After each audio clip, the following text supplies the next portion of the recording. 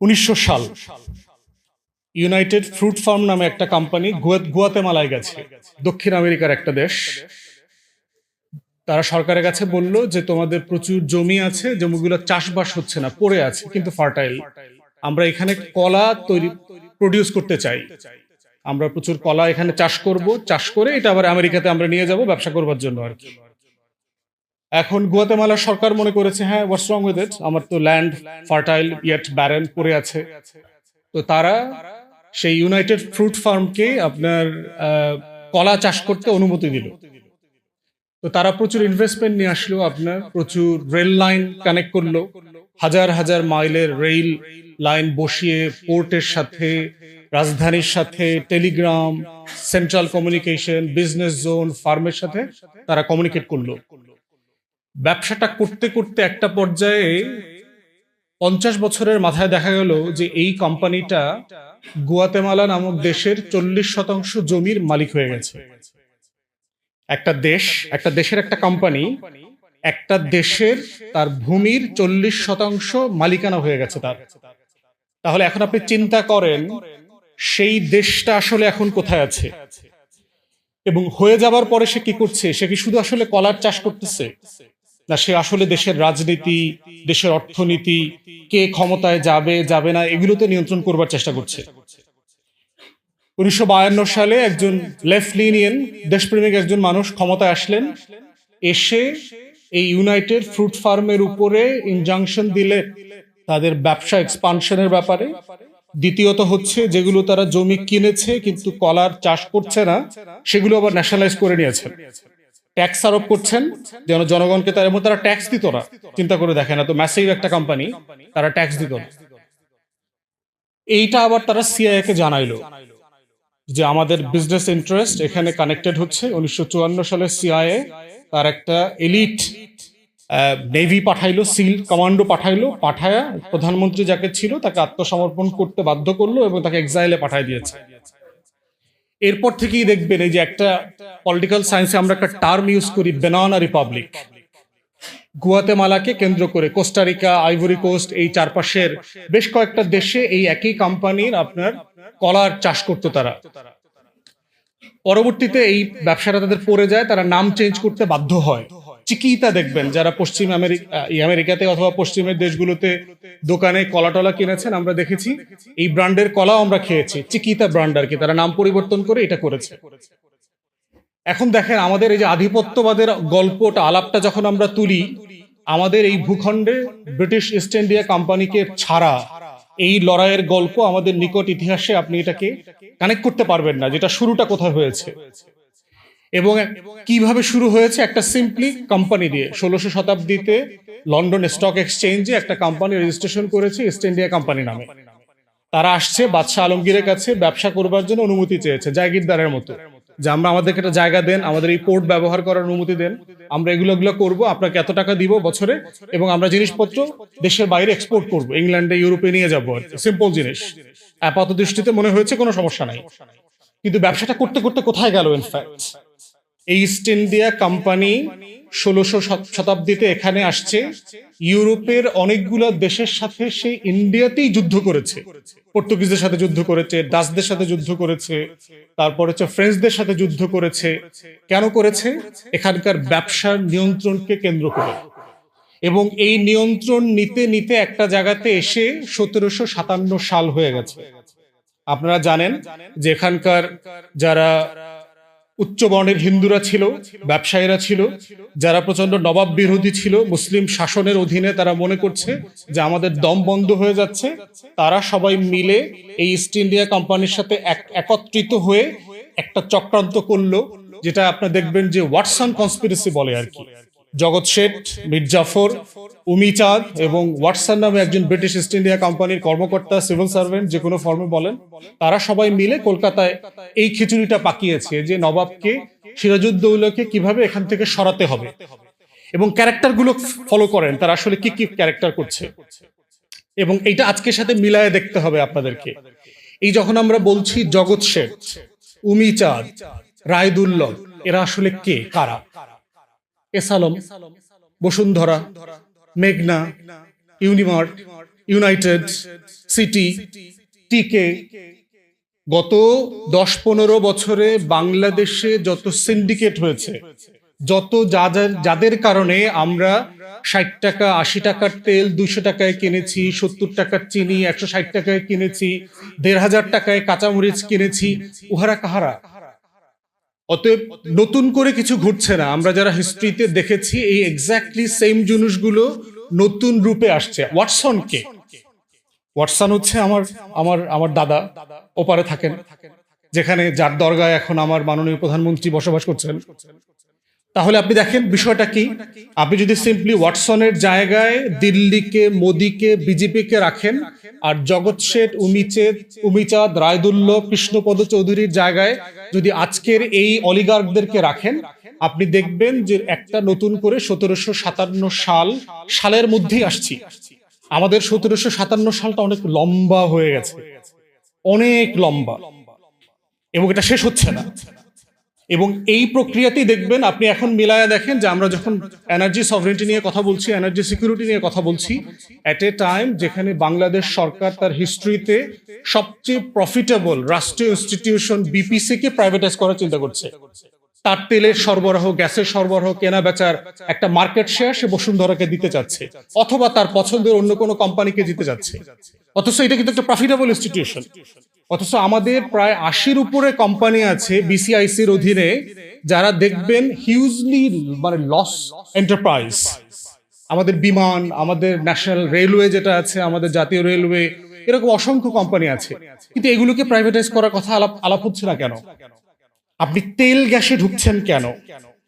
কারণ হচ্ছে ন্যাশনাল রেলওয়েটা যদি আমার কোনো শত্রুর কাছেও চলে যায়, সে আসলে আমার সর্বোচ্চ কি ক্ষতি করতে পারবে? আমি যেখানে ঢাকা থেকে চট্টগ্রামে 4 ঘন্টায় যাওয়ার কথা, আমাকে 8 ঘন্টায় নিবে, আমি খেপবো, আমি মারামারি করব, আমি ট্রেনের বগি জ্বালাই দেবো, এই সর্বোচ্চ তো করবো রিয়াকশন। তেল গ্যাস যদি না থাকে মার্কেটে, তাহলে কি কি হতে পারে? আপনি শুধু এটার কনসিকুয়েন্স একটু চোখ বন্ধ করে চিন্তা করেন যে বাংলাদেশ লিভিং ইন 1600, কোথাও কোনো বিদ্যুৎ নাই, কোথাও কোনো গ্যাস নাই। Every company reliant on power has been shut down. কারণ সিম্পলি নাই, কোনো আনএমপ্লয়মেন্ট নাই, সব জায়গা থেকে ছাঁটাই চলছে। ওভারনাইট কোটি কোটি মানুষ বেকার হয়ে গেছে। আবার গার্মেন্টস ইন্ডাস্ট্রি তার যে রিকোয়ার্ড টাইমে পণ্য ডেলিভার করবার কথা, সেটা সে করতে পারছে না। শুধু এটা চিন্তা করেন, ভাবেন হোয়াটস গোনা হ্যাপেন। তাহলে সেই রকম একটা প্রফিটেবল এন্টারপ্রাইজ, যেটা কোনোদিন সরকারিকরণ করা উচিত না আমাদের মতো জায়গায়, কারণ এইটা পণ্য না যে আমি এইটা জি2জিতে দিয়ে দিলাম, ব্যাপারটা এরকম না। এটা চাল ডাল অন্য একজন কিনে নিয়ে আসতো, 10টা কোম্পানিকে লাইসেন্স দিয়ে দিলাম। এটা মেয়ার কমোডিটিস না, এটা ন্যাশনাল সিকিউরিটি আইটেম। আপনার সার্বভৌমত্বের প্রশ্ন, আপনার দেশের অস্তিত্বের প্রশ্ন, এবং সেটা দিচ্ছেন কাকে? এর আগেও তো প্রাইভেটাইজ করা হয়েছে। যাদেরকে করেছেন পাওয়ার সেক্টরে, এনার্জি সেক্টরে, ওরা কি ডেলিভার করেছে? আমরা এলএনজি সিলিন্ডার প্রাইভেটাইজ করেছি না? বলা হচ্ছে সরকার নীতিমালা দিয়ে নিয়ন্ত্রণ করবে। আগে করতে পেরেছেন? সরকার তো সিলিন্ডারের প্রাইস ঠিক করে দেয় যে 12 লিটারের এই লম্বা বোতলটা আপনি 1600 টাকা কিনবেন ধরেন। বাজারে গিয়ে দেখেন তো আপনি সরকারের দামে কিনতে পারেন কিনা, না আপনাকে 200 টাকা, 250 টাকা, 300 টাকা বেশি দিতে হয় কিনা। তারপরও সেটা অ্যাভেলেবল না। আমরা তো প্রাইভেটাইজ করেছি আমাদের বিদ্যুৎকে। কুইক রেন্টালের নামে কি হয়েছে দেখেন। আওয়ামী আমলে সরকার বলেছে যে আমাদের প্রায় 30,000 মেগাওয়াট নাকি পাওয়ার ক্যাপাসিটি আছে। 4,000 4,500 ক্যাপটিভ পাওয়ার প্ল্যান্ট বাদ দিলে আমার তো 25,000 মেগাওয়াট প্রোডাকশন ক্যাপাসিটি থাকার কথা। তাহলে আমার সামারে কেন ঘাটতি হচ্ছে? কেন আমার এটা 14,000 13,000 মেগাওয়াটের উপরে উঠছে না? তাহলে আমার পল্লী বিদ্যুৎ, আমার পুরো গ্রামীণ এলাকা যে অন্ধকার হয়ে গেছে, কেন যাচ্ছে? তাহলে প্রাইভেটাইজ করলাম তো, করার পরে কি লাভ হয়েছে? এই বসুন্ধরাকে তো আওয়ামী লীগের আমলে 16 সালে বিটুমিন প্রডিউস করবার জন্য লাইসেন্স দেওয়া হয়েছিল। তার বাই প্রোডাক্ট হিসেবে ডিজেল এবং ফার্নেস অয়েল সে প্রডিউস করে মার্কেটে কেনাবেচা করার অনুমতি সে নিয়ে নিয়েছে। তারপরে কি হয়েছে? একই প্রোডাক্ট যারা আনতেন, বাংলাদেশে ইম্পোর্ট করতেন, টোটাল মার্কেটে মনোপলি এস্টাবলিশ করে সে সবাইকে ওয়াইপড আউট করে দিয়েছে। তাহলে আপনি ট্যারিফ কন্ট্রোল করতে পারছেন না, প্রাইস কন্ট্রোল করতে পারছেন না, মার্কেটে কম্পিটিশন ধরে রাখতে পারছেন না, আমার সিকিউরিটি মেনটেন করতে পারছেন না, আপনার নীতিমালা আপনি বাস্তবায়ন করতে পারছেন না। তাহলে আপনি সব জায়গাতে ফেল করবার পরে মনে করছেন যে বাংলাদেশে যদি আবার তেল গ্যাসটা আমি প্রাইভেট করে দেই আংশিক, এটা আপনি ম্যানেজ করতে পারবেন। কিসের ভিত্তিতে বললেন? তো এক্স্যাক্টলি ওই যে জগৎ শেঠ, উমিচাঁদ, রায়দুল্লভরা মিলে যেভাবে পুরো ব্যাংকিং ইন্ডাস্ট্রি কলকাতা, আপনার লর্ড ক্লাইভ ব্রিটিশ ভাইসরয় ছিল, যার নেতৃত্বে এই যুদ্ধ হয়েছে, তিনি যখন লন্ডনে ফিরে যান যুদ্ধের পরে 2টা জাহাজ ভরে শুধু গোল্ড নিয়ে গেছেন। একটা চোরের জাতি চিন্তা করেন, একটা ব্রিটিশরা একটা highly profitable thieves, nation of thieves and burglars, ওই সময়টার কথা বলছি। এত বড় চোর লর্ড ক্লাইভ, যে চোরেরা মিলে সংসদে আলোচনা করতেছে লর্ড ক্লাইভ এটা কি করলো, জাতির সম্মান, ইজ্জত, মর্যাদা সব নষ্ট করে দিচ্ছে। তার বিরুদ্ধে ব্রিটিশ পার্লামেন্টে ইনভেস্টিগেশন হয়েছে, ইনকোয়ারি হয়েছে, তার শাস্তি হয়েছে, তাকে পিআরএস দেওয়া হয় নাই, পরে সে স্কটল্যান্ড, আয়ারল্যান্ড ওখানে গিয়ে পিআর হয়েছে, আত্মহত্যা করতে হয়েছে ডিসগ্রেসের কারণে, অপমানের কারণে। সে মনে করলো আমি ব্রিটিশ জাতিকে, ব্রিটিশ কুইনকে এত কিছু আয়না দিলাম, আমার বিরুদ্ধে আবার এই অপমানজনক ইনভেস্টিগেশন। তাহলে আপনি চিন্তা করে দেখেন কি পরিমাণ রিসোর্স সে বাংলা থেকে নিয়ে গেছে, চুরি করে নিয়ে গেছে। এখন সেই লর্ড ক্লাইভের গোল্ড ভরে জাহাজ নিয়ে যাওয়াটাকে এসালমের একটা ব্যাংক থেকে, ইসলামী ব্যাংক থেকে 94,000 কোটি টাকা নিয়ে যাওয়ার ব্যাপারটা ভাবেন তো। সাইপ্রাসে 30-35 হাজার কোটি টাকা নিয়ে যাওয়ার ব্যাপারটা ভাবেন তো। সাইফুজ্জামান চৌধুরীর 300-র উপরে লন্ডনে বাড়ি থাকার বিষয়টা ভাবেন তো। যে এই যে একটা লর্ড ক্লাইভ বসে আছে আমাদের জায়গায়, প্রতিদিন টকশোতে এসে দেখি কথা বলতেছে বড় বড় ব্যবসায়ীরা, দালালরা, এবং তারা দেখলাম অল্প সবাই চোর, তাদের সবার কোনো না কোনো স্বার্থ আছে। এক চোরের বক্তব্য শুনতেছি একটা গবেষণা প্রতিষ্ঠানে, একটা অ্যাসোসিয়েশনের প্রেসিডেন্ট, তার ব্যাপারে দেখলাম সেও নাকি 1,000 কোটি টাকা লুটপাট করে বাড়ি করছে লন্ডনে কয়েকটা। এবং তারা আমাদেরকে প্রতিদিন নসিহত করে, তারাই হচ্ছে আমাদের হুজুর, প্রতিদিন আমাদেরকে ওয়াজ মাহফিল শোনায় রাষ্ট্রের। তাহলে আজকে যখন আমরা কাঠামোগতভাবে আধিপত্যবাদের কথা বলছি, আমাদেরকে, আমার জাতিকে, আমার তরুণদেরকে মাথায় রাখতে হবে যে ইতিহাসের কোন পরিক্রমায় আমি ব্রিটিশ ইস্ট ইন্ডিয়ার কোম্পানির কাছে পরাভূত হয়েছিলাম, সেই জায়গাটা মাথায় রাখা। এবং হিস্টোরিক্যাল জমিনদারি সিস্টেমটা দেখেন যে কেন সেই লড়াইটা অনিবার্য হয়ে গিয়েছিল। 1793 সালে যখন পার্মানেন্ট সেটেলমেন্ট করলো, জমিদারি প্রথা চালু করলো, পার্মানেন্ট সেটেলমেন্টের মধ্য দিয়ে আমার টোটাল কৃষক সমাজ, যাদের ন্যূনতম একটা মালিকানা ছিল, তারা ওভারনাইট গরিব হয়ে গেল, শূন্য হয়ে গেল। আগের দিনের মালিকানার প্রশ্ন ছিল যিনি চাষ করেন তিনি জমির মালিক, এটাই ছিল প্রিন্সিপাল। সেটা আপনি পুরো জায়গিরদারি, তালুকদারি সিস্টেমে দিয়ে দিলেন। তাহলে কি হইলো, সেকেন্ড টিয়ারে আরেকটা ব্রিটিশরা তৈরি করলো, সেটা হচ্ছে উচ্চ বর্ণের হিন্দু জমিদার ক্লাস। তাহলে বাঙালি মুসলমান, বঙ্গীয় মুসলমান এবং বঙ্গীয় নিম্নবর্ণের হিন্দুরা 2 টিয়ার কলোনাইজেশনের মধ্যে পড়লাম, আধিপত্যবাদের মধ্যে পড়লাম, যে কারণে তারা সবাই মিলে কিন্তু পাকিস্তান রাষ্ট্রের জন্য লড়াই করেছিল। এই যে হিস্ট্রিকে আমাকে ভুলিয়ে দেয়া হচ্ছে, আমাকে একটা রাষ্ট্রের ফ্রেমিংকে একটা রং কনটেক্সটে পড়তে বাধ্য করা হচ্ছে, এই ফ্রেমিংটা হচ্ছে বয়ানের পলিটিক্স। এবং সেখান থেকে এখন আলোচনা করা, বোঝার বিষয় হচ্ছে যে ইন্ডিয়ান হেজিমনির সবচেয়ে মোটা যে বয়ানের রাজনীতিটা তারা আমাদের উপর চাপিয়ে দিয়েছে, কলকাতা কেন্দ্রিক, বলিউড কেন্দ্রিক, এবং সেইটা হচ্ছে আমাদের এখন সবচেয়ে বড় চ্যালেঞ্জের জায়গা। শেষ করে ফেলবো, দেখেন জুলাইকে নিয়ে দেখেন কি কি বয়ান তৈরি করছে প্রতিদিন। প্রথম কথা বলছে যে আমরা যারা জুলাইতে আন্দোলনে ছিলাম, পক্ষে ছিলাম, আমরা নাকি মুক্তিযুদ্ধকে ছোট করি প্রতিদিন, আমরা নাকি মুক্তিযুদ্ধকে জুলাইয়ের মুখোমুখি করি। যখন আপনি কাউন্টার চ্যালেঞ্জ করবেন এই দালাল গোষ্ঠীকে, তখন দেখবেন ভাই কে করছে একটু বলেন তো, দু একটা এক্সাম্পল দেন তো। বিএনপির কে করছে, জামাতের কে করছে, এনসিপির কে করছে, আমরা কে করছি, আমাদের পক্ষের বুদ্ধিজীবীরা কে কাজটা করছে বলেন তো দু একটা এক্সাম্পল। তখন বলে যে হ্যাঁ ওই যে লম্বা চুলল একটা ছেলে রাকসুতে, এই তো দেখি এর মুখের ভাষা ভালো না, ওসমান হাদি কি সব বলে টলে ছিঁড়ে টিড়ে ফেলবে টেলবে। আমি বললাম এটা তো হইল না তো, আপনার উত্তর মিলল না তো। আপনি বলছেন যে জুলাইকে আমরা স্বাধীনতা যুদ্ধের মুখোমুখি করছি, কিভাবে করলাম, কোথায় করলাম? আমি যখন বয়ানের পলিটিক্সকে চ্যালেঞ্জ করতেছি, আমি যখন ন্যারেটিভকে চ্যালেঞ্জ করতেছি, যেটা আরোপিত, যেটা অসত্য, যেটা ফ্যাকচুয়ালি অন্যভাবে আমার ব্যাখ্যা করবার সুযোগ আছে, আমার মুক্তির লড়াইকে শ্রদ্ধা করি, সেটাকে আপনি বলছেন যে আমরা মুখোমুখি করছি। দ্বিতীয়ত দেখবেন একটা বয়ান তারা বারবার বলবার চেষ্টা করছে, আমাদেরকে চাপিয়ে দেবার চেষ্টা করছে এবং মুখোমুখি করে, সেটা হচ্ছে কি লাভ হইল, কি লাভ হইল থিওরি দেখবেন। এবং দেখেন কি লাভ হওয়ার মধ্য দিয়ে তারা বলে যে আগে তো রাস্তাঘাটে ট্রাফিক জ্যাম তো আগের মতোই আছে, জিনিসপত্রের দাম তো আগের মতোই আছে, তাহলে এসালম চুরি করলে দোষ, তো বাকিরা কি চুরি করতেছে না? আমলাতন্ত্রের দুর্নীতি কি বন্ধ হয়েছে? গুম খুনের বিচার কি শেষ হয়েছে? দেখবেন যত নাগরিক সমস্যা আছে সেগুলো সবগুলোকে টেনে তুলে ধরবে, বলবে যে হাসিনাকে সরায় লাভটা কি হয়েছে। আপনি আর্গুমেন্টটা দেখেন। তাহলে এই যে পার্সা এলিমেন্ট আসতেছে না বাংলাদেশে, দেখছেন না গত কয়েকদিনে অনলাইনে এই যে পার্সা ফেনোমেনা, কি লাভ হলো? আমরা তো জুলাইয়ের পক্ষে ছিলাম। মানে আমার আত্মীয় স্বজন, আমার বন্ধু বান্ধব, বাবা মা আওয়ামী লীগ করছে, গুম খুনের সাথে জড়িত ছিল, লেফটেন্যান্ট জেনারেল ছিল, কিন্তু জুলাই করলাম মানে তো এগুলোর বিচার করতে হবে কেন? তাহলে আপনি দেখেন যে ন্যারেটিভকে দিয়ে ঠিক করা হচ্ছে আপনি কার জন্য কাঁদবেন, কাকে স্মরণ করবেন, কাকে ভুলে যাবেন, কার জন্য লড়াই করবেন, কার জন্য লড়াই করে আবার অপমানিত বোধ করবেন, রিগ্রেট করবেন, এইটা তারা ঠিক করে দিচ্ছে।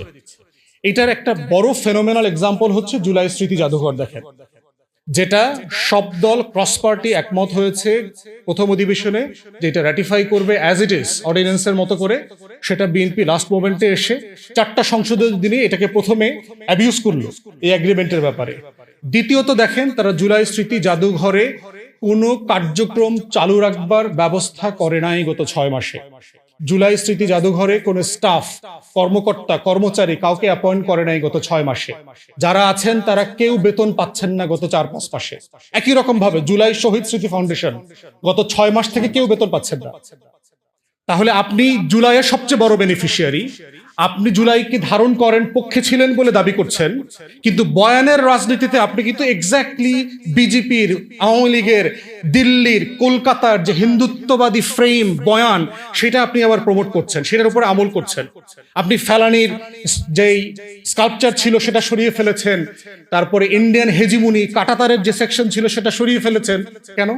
তাহলে এই যে কন্ট্রাডিকশন, এইটা প্রমাণ করছে যে বয়ানের রাজনীতিতে যে কালচারাল হেজিমুনির জায়গাটা ছিল, এই জায়গাটা অ্যাজ ইট ইজ রয়ে গেছে। এবং আমরা যাকে গণ অভ্যুত্থানের শক্তি এবং দল বলছি, তারা এই জায়গাটা বুঝতে পারছে না, অথবা বুঝেও তাদের ভিতরে যে হীনমন্যতা কাজ করছে, সংস্কৃত মন্ত্রীর, প্রতিমন্ত্রীর এবং মন্ত্রণালয়ের, মুক্তিযোদ্ধা মন্ত্রণালয়ের, তাদের যে হীনমন্যতা কাজ করছে জুলাইকে ধারণ করবার জন্য, সেই জায়গাতে মনে হচ্ছে এই যে আধিপত্যবাদের যে হেজিমনি, সেটা চলমান আছে।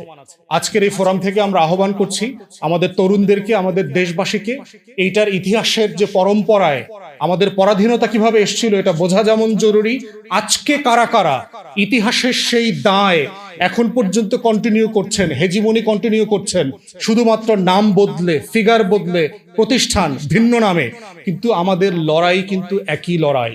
যেই লড়াইতে 190 বছর ধরে আমাদের পূর্বপুরুষরা লড়াই করেছেন, যেই লড়াই আমরা যুগের পর যুগ, দশকের পর দশক ধরে আমরা রাষ্ট্র বানানোর জন্য করেছি, স্বাধীনতার জন্য করেছি, মুক্তির জন্য করেছি, প্রত্যেকটা লড়াইয়ের মেসেজ হচ্ছে ওই আমার অধিকারের লড়াইটা কন্টিনিউ করতে হবে। স্বাধীন থাকার একমাত্র শর্ত হচ্ছে শত্রুর বিরুদ্ধে লড়াই চলমান রাখা। যদি আপনি স্বাধীন থাকতে চান, এটাই করতে হবে। যদি মেনে নেন যা হচ্ছে সব ঠিক আছে, ঠিক আছে, আপনার সমস্যা নাই, আবার পরাধীনতার শৃঙ্খল আপনাদের গায়ে হাতে পড়বে, সেটা দেখবেন, দাসত্বের জীবনযাপন করবেন, অপমানিত বোধ করবেন এবং অন্য দেশের তাবেদারি করবেন। এটা ইস চয়েস। আমরা 24-এ বেছে নিয়েছি, আমরা লড়াই করব, জীবন দেব, রক্ত দেব, কিন্তু স্বাধীনতা, আজাদির প্রশ্নে কোনো কম্প্রোমাইজ আমরা করব না। সবাইকে ধন্যবাদ।